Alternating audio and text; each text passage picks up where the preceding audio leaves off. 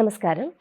ഞാൻ doctor Mridula Parameswaran, Thiruvananthapuram government dental കോളേജിലെ conservative industry and endodontics വിഭാഗം അസിസ്റ്റൻറ്റ് പ്രൊഫസറാണ്. ഞാൻ ഇന്ന് നിങ്ങളോട് സംസാരിക്കുന്നത് പല്ല് പുളിപ്പ് അഥവാ ടൂത്ത് സെൻസിറ്റിവിറ്റി എന്ന വിഷയത്തെക്കുറിച്ചാണ്. ഒരുപാട് രോഗികളുടെ ഒരു വലിയ കംപ്ലൈൻ്റാണ് പല്ല് പുളിപ്പ്. അതായത് എന്തെങ്കിലും തണുത്തതോ അല്ലെന്നുണ്ടെങ്കിൽ ചൂടുള്ളതോ മധുരമുള്ളതോ ആയ പദാർത്ഥങ്ങൾ കഴിക്കുമ്പോൾ പല്ലിനുണ്ടാവുന്ന വല്ലാത്തൊരു അസ്വസ്ഥതയാണ് നമ്മൾ ടൂത്ത് സെൻസിറ്റിവിറ്റി എന്ന് പറയുന്നത്. ഇതുണ്ടാകാനുള്ള മെയിനായിട്ടുള്ള കാരണം നമ്മുടെ പല്ലിൻ്റെ പുറം ഭാഗത്തുള്ള 3 ആവരണങ്ങളാണുള്ളത് പല്ലിന്. ഏറ്റവും മുകളിലുള്ള ക്രൗൺ പോർഷനിൽ വരുന്ന ഇനാമൽ, അതിൻ്റെ താഴെ ഡെൻറ്റിൻ, ഏറ്റവും ഉള്ളിൽ ദന്തമജ്ജ അല്ലെങ്കിൽ ഡെൻ്റൽ പൾപ്പ്. അപ്പോൾ ഇനാമൽ തേഞ്ഞു പോയിട്ട് ഈ ഡെൻറ്റിൻ വായിൽ എക്സ്പോസ് ആവുന്ന സമയത്താണ് നമുക്ക് ഈ പല്ല് പുളിപ്പ് സാധാരണയായിട്ട് അനുഭവപ്പെടുന്നത്.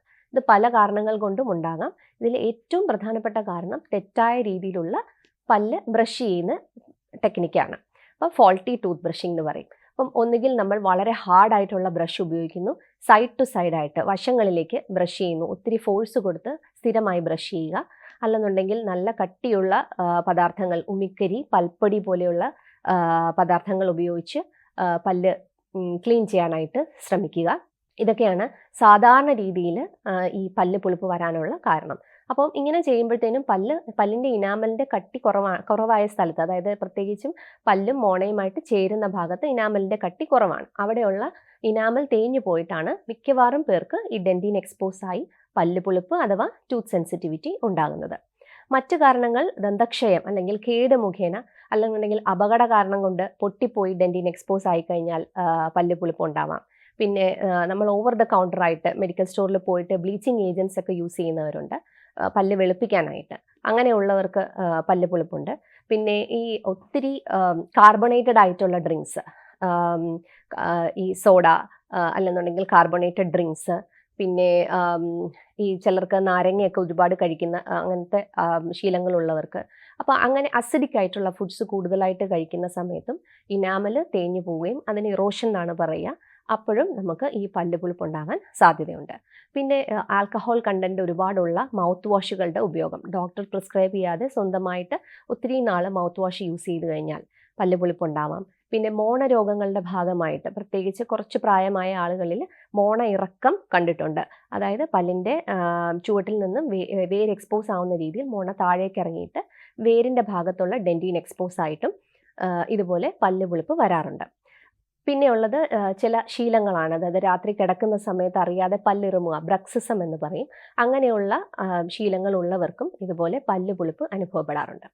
അപ്പോൾ എങ്ങനെ നമ്മൾക്കിതിനെ പ്രിവെൻറ്റ് ചെയ്യാനായിട്ട് സാധിക്കും? അപ്പോൾ ഇതിൽ ആദ്യം നമ്മൾ ശ്രദ്ധിക്കേണ്ടത്, ഞാൻ പറഞ്ഞതുപോലെ ശരിയായ രീതിയിൽ ബ്രഷ് ചെയ്യുക, സോഫ്റ്റ് ടൂത്ത് ബ്രഷ് ഉപയോഗിക്കുക. ഹാർഡ് ബ്രഷുകൾ ഉപയോഗിക്കാതെ സോഫ്റ്റ് ടൂത്ത് ബ്രഷ് ഉപയോഗിക്കുക.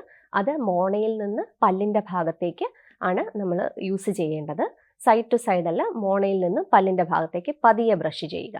അപ്പോൾ നമ്മൾ എത്ര ബലത്തിൽ ബ്രഷ് ചെയ്താലും കുറച്ച് നാൾ കഴിയുമ്പോഴത്തേനും നമ്മുടെ ബ്രഷ് എത്താത്ത സ്ഥലത്ത് കട്ടി കൂടിയ അഴുക്ക്, ഇത്തിളെന്നൊക്കെ പറയും, കാൽക്കുലസ് എന്ന് പറയുന്ന, അത് നമ്മൾ ഡോക്ടറിൻ്റെ അടുത്ത് പോയി ക്ലീൻ ചെയ്താൽ മാത്രമേ അത് മാറുകയുള്ളൂ. അപ്പോൾ അത് മാറ്റാൻ വേണ്ടിയിട്ടാണ് പലരും വളരെ ബലത്തിൽ പല്ല് തേക്കുന്നത്. അപ്പോൾ അതിൻ്റെ ആവശ്യമില്ല. 6 മാസത്തിലൊരിക്കൽ നിങ്ങളൊരു ദന്താരോഗ്യ വിദഗ്ധനെ കണ്ട് ക്ലീൻ ചെയ്യുന്നത് തന്നെയാണ് നല്ലത്. അപ്പോൾ അങ്ങനെ നമ്മൾ ബ്രഷിങ്ങിൻ്റെ കാര്യത്തിൽ ശ്രദ്ധിക്കുക. പിന്നെ ഉള്ളത് ഞാൻ പറഞ്ഞ പോലെ ഒത്തിരി അസിഡിക് ആയിട്ടുള്ള ഫുഡ് സബ്സ്റ്റൻസ് സ്ഥിരമായിട്ട് കഴിക്കുന്നത് ഒഴിവാക്കുക. പിന്നെ മൗത്ത് വാഷുകൾ, ആൽക്കഹോൾ ഫ്രീ ആയിട്ടുള്ള മൗത്ത് വാഷ് ഡോക്ടറുടെ പ്രിസ്ക്രിപ്ഷനോട് കൂടി മാത്രം ഉപയോഗിക്കാനായിട്ട് ശ്രമിക്കുക. ബ്ലീച്ചിങ് പോലെയുള്ള ട്രീറ്റ്മെൻറ്റ്സ് സ്വന്തമായി ഓവർ ദ കൗണ്ടർ ആയിട്ടുള്ള നമുക്ക് കിട്ടുന്ന ഒരുപാട് കാര്യങ്ങൾ ഇപ്പോൾ വിപണിയിലുണ്ട്. അത് ഉപയോഗിക്കാതെ നമ്മൾ ഡോക്ടറിൻ്റെ പ്രിസ്ക്രിപ്ഷനോട് കൂടി അല്ലെങ്കിൽ അവരുടെ സജഷനോട് കൂടി മാത്രം ഉപയോഗിക്കാനായിട്ട് ശ്രദ്ധിക്കുക. പിന്നെ നമ്മൾക്ക് ഇതിൻ്റെ ട്രീറ്റ്മെൻറ്റ് എന്താണ്? ഹൈപ്പർ സെൻസിറ്റിവിറ്റി അല്ലെങ്കിൽ ഡെൻറ്റിൻ സെൻസിറ്റിവിറ്റി വന്നു കഴിഞ്ഞാൽ നമുക്ക് എങ്ങനെ അത് ട്രീറ്റ് ചെയ്യാനായിട്ട് പറ്റും?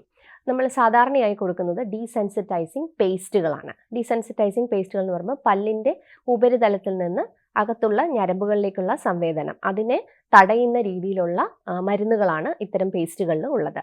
അപ്പോൾ അത്തരം പേസ്റ്റുകൾ നമ്മൾ ഉപയോഗിക്കേണ്ടത് പുളിപ്പുള്ള പല്ലുകളിൽ തേച്ച് ഒരു 10 മിനിറ്റോളം വെച്ചതിന് ശേഷം നേരത്തെ പറഞ്ഞതുപോലെ മൃദുവായ സോഫ്റ്റ് ആയിട്ടുള്ള ടൂത്ത് ബ്രഷ് ഉപയോഗിച്ച് ബ്രഷ് ചെയ്ത് കളയുക. അത് ഏകദേശം ഒരു 2-3 മാസത്തോളം നമ്മൾക്ക് യൂസ് ചെയ്യേണ്ടതായി വരാം. അങ്ങനെയാണ് ഡീസെൻസിറ്റൈസിങ് പേസ്റ്റുകൾ യൂസ് ചെയ്യേണ്ടത്. പിന്നെ ഉള്ളത് ഇങ്ങനെ തേച്ചത് കൊണ്ട് തന്നെ ഫോൾട്ടി ടൂത്ത് ബ്രഷിങ് കാരണം തന്നെ മോണയുടെയും പല്ലിൻ്റെയും ഇടയ്ക്ക് ഒരു വിടവ് പോലെ അല്ലെങ്കിൽ ഒരു ഹോള് പോലെ സർവൈക്കൽ അബ്രേഷൻ എന്നൊക്കെ പറയും. അപ്പോൾ ആ ഭാഗത്തായിരിക്കും പേഷ്യൻ്റ് ഏറ്റവും കൂടുതൽ പുളിപ്പുള്ളത്. അതൊരു പോട് പോലെയായി രൂപാന്തരപ്പെടുന്നു. അപ്പോൾ അത് നമ്മൾക്ക് അടച്ചു വയ്ക്കാവുന്നതാണ്. പലതരത്തിലുള്ള filling materials, composite, glass ionomer cement തുടങ്ങിയ ഫില്ലിംഗ് മെറ്റീരിയൽസ് ഉണ്ട്. അതുപയോഗിച്ച് നമ്മൾക്ക് ആ വിടവുകൾ അടയ്ക്കാവുന്നതാണ്. പക്ഷേ അതിനുശേഷവും പേഷ്യൻ്റ് കൃത്യമായ രീതിയിൽ ഡോക്ടർ പറയുന്ന രീതിയിൽ തന്നെ ബ്രഷിംഗ് ചെയ്യാനായിട്ട് പ്രത്യേകം ശ്രദ്ധിക്കണം. ഇനി വളരെയധികം പല്ലുപുളിപ്പ് കൂടി അത് വേദനയായി മാറാനുള്ള സാധ്യതയുണ്ട്. അതായത് വളരെയധികം പല്ല് തേഞ്ഞു പോവുക, ഒത്തിരി തേയ്മാനം വരിക, അങ്ങനെയൊക്കെ വരികയാണെന്നുണ്ടെങ്കിൽ അത് വേദനയായിട്ട്, പല്ല് പുളിപ്പ് മാറി വേദനയായിട്ട് വരുന്ന ഒരവസ്ഥ. ആ സിറ്റുവേഷനിൽ നമ്മൾക്ക് വേര് ചികിത്സ അല്ലെങ്കിൽ റൂട്ട് കനാൽ തെറാപ്പി ചെയ്യേണ്ടതായിട്ട് വരും. റൂട്ട് കനാൽ തെറാപ്പി ചെയ്തതിന് ശേഷം നമ്മൾക്ക് ക്രൗൺ അല്ലെന്നുണ്ടെങ്കിൽ അതിനെ കവർ ചെയ്യുന്ന ക്യാപ്പുകൾ നമ്മൾക്ക് വെച്ചു കൊടുക്കാവുന്നതാണ്. അപ്പോൾ ഇത്രയാണ് നമ്മൾ പല്ല് പുളിപ്പിനെ കുറിച്ച് അറിയേണ്ട കാര്യങ്ങൾ, നമ്മുടെ ഭാഗത്തുനിന്ന് നമ്മൾ ശ്രദ്ധിക്കേണ്ട കാര്യങ്ങൾ. Thank you.